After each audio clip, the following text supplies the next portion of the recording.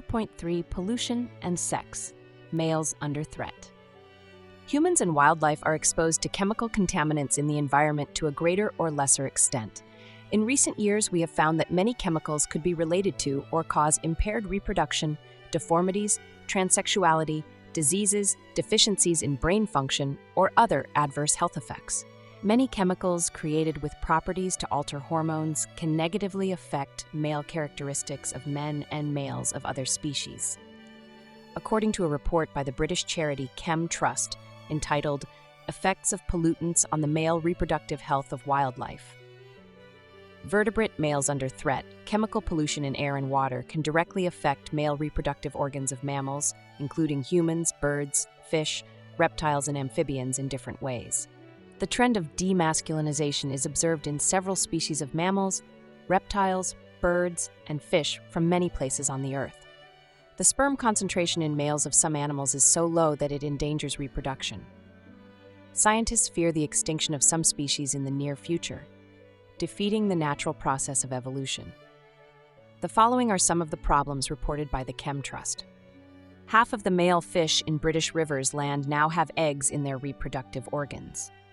2/3 of the males of the species deer white tail in the state of Montana, USA, have abnormalities in their genitals. Male toads in Australia, the males of some toad species, are developing female reproductive organs.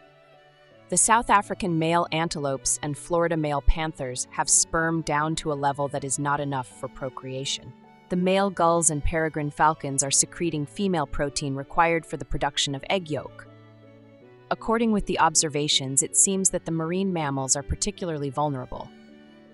Polar bears in the Arctic, belugas in the St. Lawrence Gulf, and orcas in the West Coast have reduced testosterone levels. Wild mink and otters in North America are found with feminized genitals in several forest reserves. In the state of Florida, it has been observed that a population of young alligators living in Lake Apopka that was contaminated in the past with high concentrations of DDT used as pesticides show a significant reduction in the size of the penis by about 24% in average and have 70% lower testosterone concentrations compared to animals of similar size in Woodruff Lake. Some young alligators from Lake Apopka had testosterone levels similar to those of female crocodiles, 3 times lower than a normal male crocodile in Woodruff Lake, located 55 miles away. However, the effects of dysmasculinization related to chemical contamination are not limited to the animal world. Several groups of people have also been affected by this issue. Recent studies in Arctic communities show an unusually small number of children born. The long-standing relationship in the world is 106 boys for every 100 girls, the natural way to compensate for the higher mortality rates in men.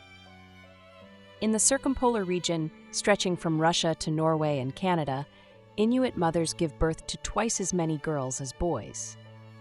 In some communities in northern Greenland, absolutely no children have been born in the last few years.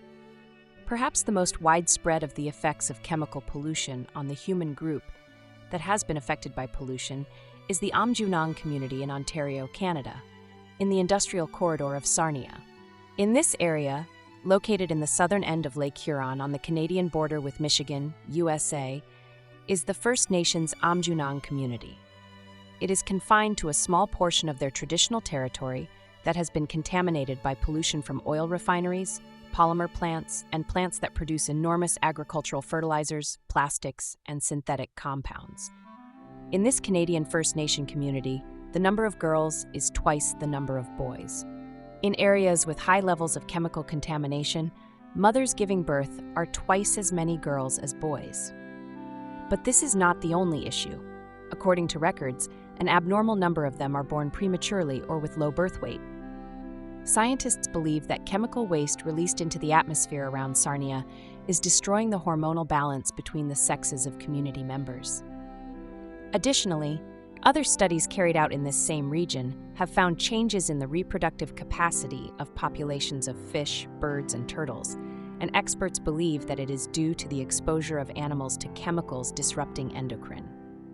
A wide variety of industrial compounds may be involved in these hormonal abnormalities, including PCBs. Some believe that birth control pills may also play a role in this case.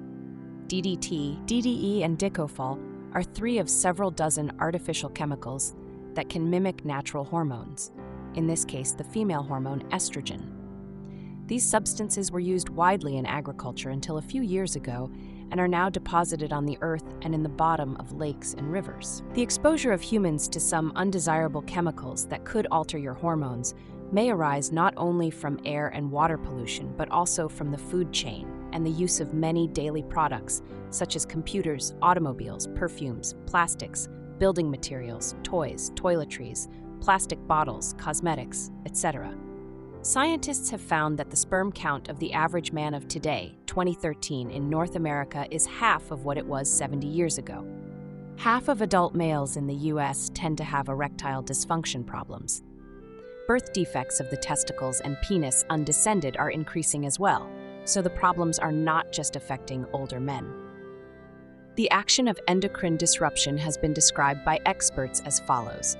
Some synthetic chemicals share common structural features with sex hormones. These chemicals, or xenoestrogens, imitate the action of certain hormones in the body, the hormone binding to activate the receptor. Endocrine systems of the body are understood to be responsible for the regulation of physiological processes, so the synthetic chemicals that interfere with these systems are believed to have profound and far-reaching health. Since hormones travel in the blood in very small concentrations, even at very low levels of xenoestrogens, they can disrupt the flow of internal communications, firing biological responses and functions in embryonic growth and development processes. Consequently, it is thought that susceptibility to xenoestrogens depends largely on sex and the frequency of exposure.